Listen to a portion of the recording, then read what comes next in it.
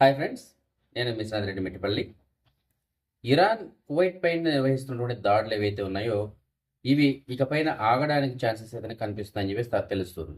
దీనికి గల కారణం ఏమిటి అనే దానికి సంబంధించినటువంటి వివరాలు అయితే చూద్దాం. డొనాల్డ్ ట్రంప్ తెలియజేసిన సమాచారం మేరకు ఇరాన్ ప్రస్తుతానికి ఏవైతే దాడులు నిర్వహిస్తుందో అవి ఆపేయడానికి సిద్ధమవబోతుంది. ఎందుకంటే హార్ముజ్ జలసంధి కావచ్చు, అలాగే మిగతా ఇతర గల్ఫ్ కంట్రీస్ పైన చేస్తున్న దాడులు ఏవైతున్నాయో వీటన్నిటిని కూడా ఆపేయడానికి సంబంధించిన ఒప్పందం పైన సంతకాలు చేయడానికి వాళ్ళు రెడీ అయినట్లు ట్రంప్ అయితే తెలియజేస్తున్నాడు. సో దాని ప్రకారం త్వరలోనే ఈ దాడులు అయితే ఆగిపోతాయని చెప్పేసి అంటున్నారు. అయితే దీనికి ముందు జరిగినటువంటి కొన్ని సంఘటనలు మనం చూడాలి. ఒక 24 గంటల్లోనే కువైట్ గగనతలంపైకి ఇరాన్ 24 డ్రోన్లు ఎదురుగా పంపించింది. వాటిల్లో చాలా డ్రోన్లు ఎదురుగా కువైట్ నిర్వహించడం జరిగింది. అలాగే కువైట్ ఇంటర్నేషనల్ ఎయిర్పోర్ట్ టెర్మినల్ 1 ఏదో అక్కడ ఉన్నటువంటి కొన్ని స్థావరాలపైన డ్రోన్ దాడులుగా నిర్వహించినట్లు తెలియజేస్తున్నారు ఇరాన్ వాళ్ళు. సో ఇవన్నీ జరిగినటువంటి తర్వాత ట్రంప్ నిన్న ఇరాన్ పైన దాడులు అయితే నిర్వహిస్తాము, ఇరాన్లోని ఒక దీవి పైన మేము భీకరమైనటువంటి దాడులు నిర్వహిస్తాం అని చెప్పేసి తెలియజేశాడు. అయితే దాని తర్వాత వాటిని మేము విరమించుకుంటున్నాము, ఎందుకంటే వాళ్ళు మాతో ఒప్పందానికి ఎదురుగా వచ్చారు. సో ఈ ఒప్పందం కారణంగా మేము ప్రస్తుతానికి వాటిని విరమించుకుంటున్నాం, దాడులు అయితే నిర్వహించట్లేదు. సో ఇరాన్ కూడా ఇకపైన దాడులు అయితే నిర్వహించబోదు. అలాగే హార్ముజ్ జలసంధిని కూడా తిరిగి ఓపెన్ చేయడం జరుగుతుంది. కాకపోతే పూర్తి స్థాయిలో ఈ సంతకాల ప్రక్రియ అంతా పూర్తయినంత వరకు మాకు సంబంధించినటువంటి నావికా దళానికి సంబంధించినటువంటి నౌకలు ఏవైతే ఉంటాయో అవి మాత్రం హార్ముజ్ జలసంధి దగ్గర ఉంటాయి.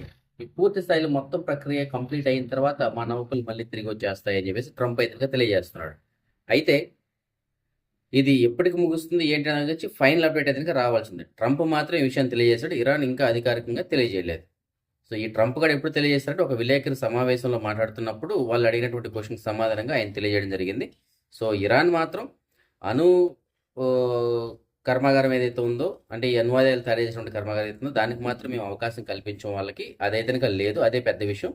దానికోసం మేము ఎన్ని రోజులు కష్టపడడం జరిగింది. సో మిగతా వాటన్నిటికి కూడా మేము ఒప్పుకోవడం జరుగుతూ ఉంది, వాటికి వాళ్ళు కూడా ఒప్పుకున్నారు.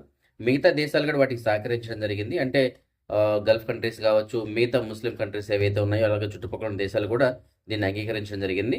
సో మేము త్వరలోనే దీనికి ఒక ఫుల్ స్టాప్ అయితే పెట్టబోతుందని చెప్పి ట్రంప్ అయితే తెలియజేస్తున్నాడు.